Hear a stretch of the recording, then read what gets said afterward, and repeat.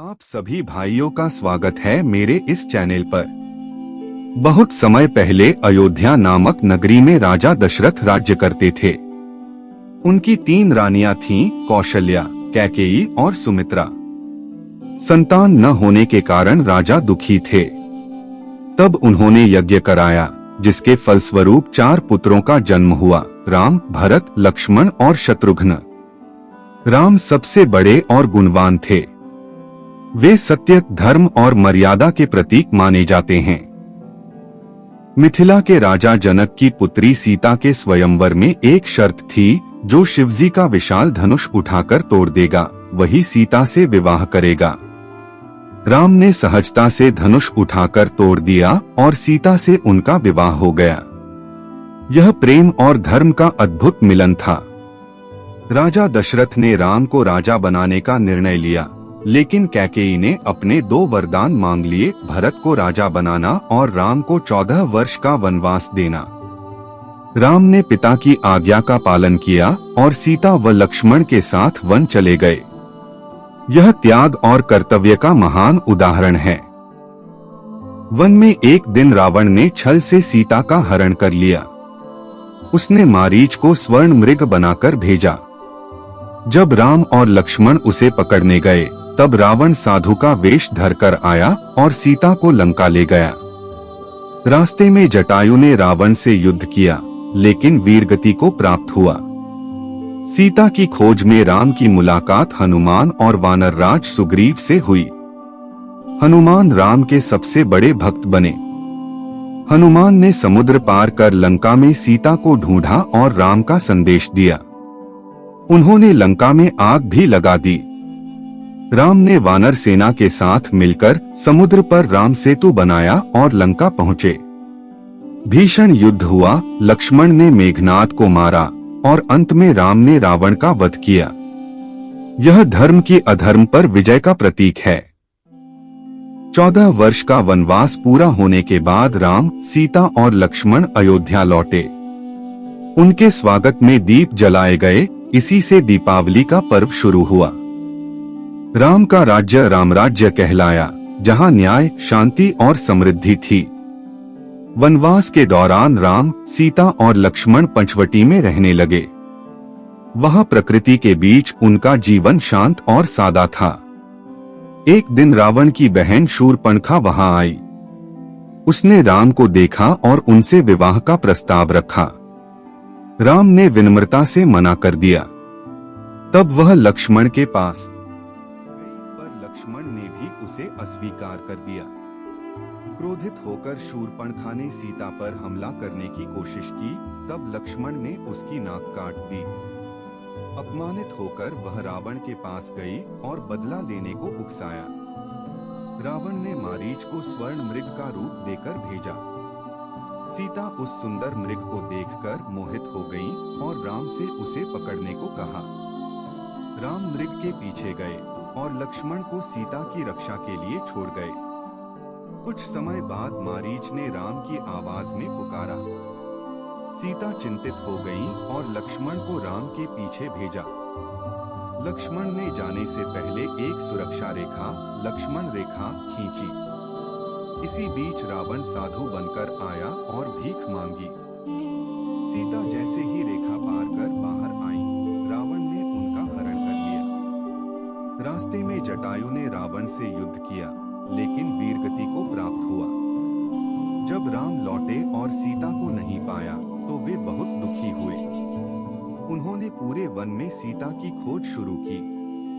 रास्ते में उन्हें घायल जटायु मिला, जिसने मरते समय रावण के बारे में बताया। राम ने जटायु को मोक्ष दिया। आगे चलकर वे शबरी नाम की भक्त से मिले, जिसने प्रेम से उन्हें जूठे बेर खिलाए। राम ने उसकी भक्ति से प्रसन्न होकर उसे आशीर्वाद दिया। सीता की खोज करते हुए राम और लक्ष्मण की मुलाकात हनुमान से हुई।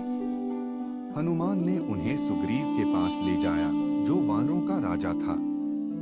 राम और सुग्रीव में मित्रता हुई। राम ने सुग्रीव की मदद करके उसके भाई वाली को हराया और उसे राजा बनाया। अब सुग्रीव ने वानर सेना को सीता की खोज में भेजा। हनुमान समुद्र पार करके लंका पहुंचे। उन्होंने अशोक वाटिका में सीता को ढूंढ लिया और राम की अंगूठी देकर उनका संदेश दिया। सीता ने भी चूड़ामणि देकर राम तक संदेश पहुंचाने को कहा। हनुमान ने लंका में रावण की सेना को चुनौती दी और अपनी जलती पूंछ से पूरी लंका में आग लगा दी। फिर वे वापस लौटकर राम को सारी जानकारी दी। हनुमान से सीता का समाचार मिलने के बाद श्री राम ने लंका जाने का निश्चय किया। समुद्र उनके रास्ते में बाधा था। राम ने समुद्र देव से प्रार्थना की और अंत में वानर सेना ने मिलकर समुद्र पर एक अद्भुत पुल बनाया, राम सेतु।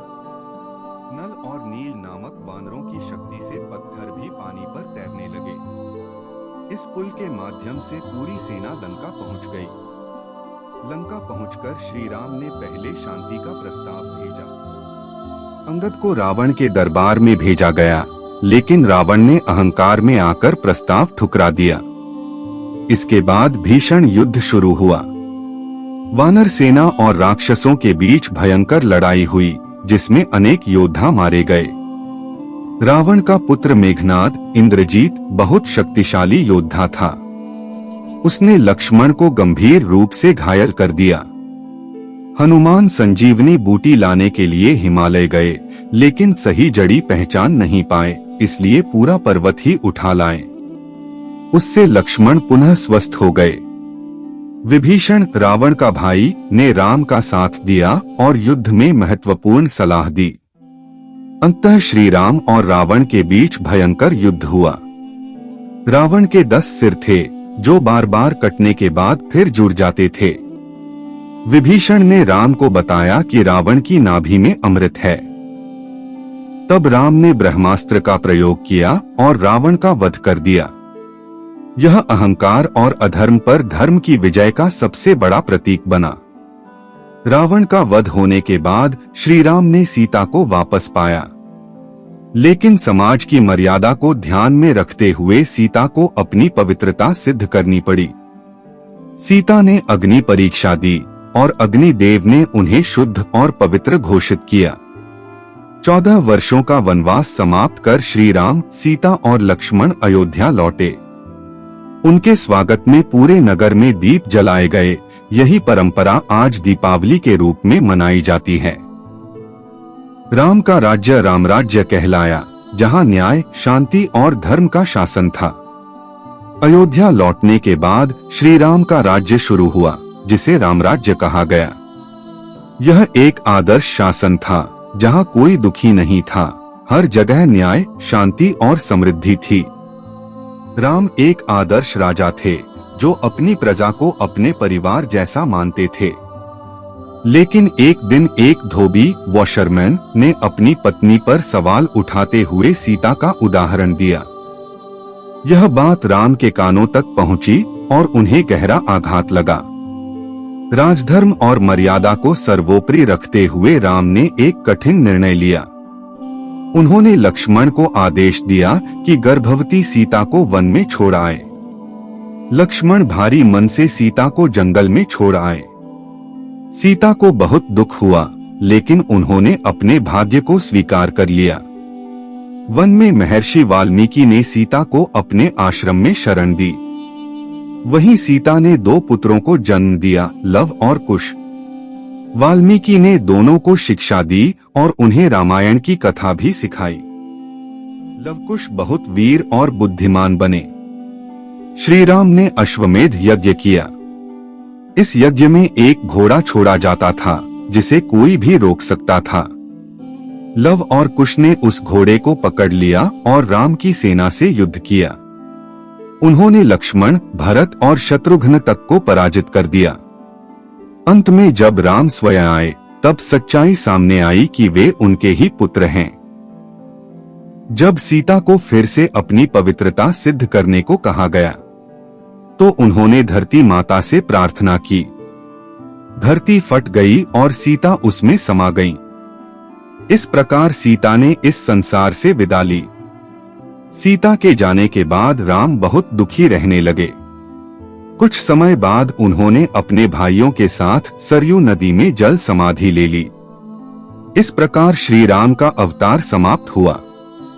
जल समाधि लेने के बाद श्री राम अपने असली स्वरूप भगवान विष्णु में लौट गए। उनके साथ उनके भाई भी अपने दिव्य रूप में विलीन हो गए।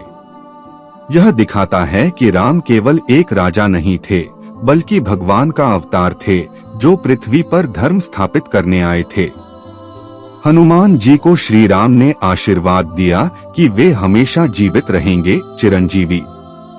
आज भी माना जाता है कि जहाँ जहाँ राम का नाम लिया जाता है वहाँ हनुमान जी उपस्थित होते हैं। हनुमान भक्ति, शक्ति और निस्वार्थ सेवा के सबसे बड़े प्रतीक हैं। महर्षि वाल्मीकि द्वारा रचित रामायण सदियों से लोगों को प्रेरणा देती आ रही है। लवकुश ने भी इसे गाकर पूरे संसार में फैलाया। आज भी रामायण हमें जीवन जीने का सही मार्ग दिखाती है।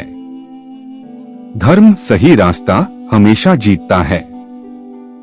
अहंकार, रावण का अंत निश्चित है। भक्ति, हनुमान सबसे बड़ी शक्ति है।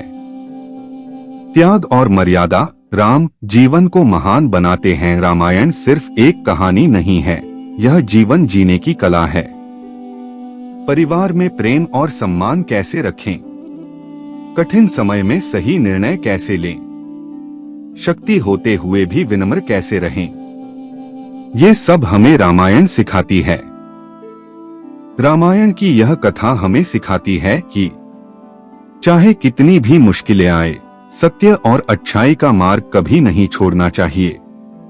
और अंत में राम नाम सत्य है, यही जीवन का सबसे बड़ी सीख है। अगर आपको ये कहानी अच्छी लगी हो तो मेरे चैनल को लाइक और सब्सक्राइब करना मत भूलना।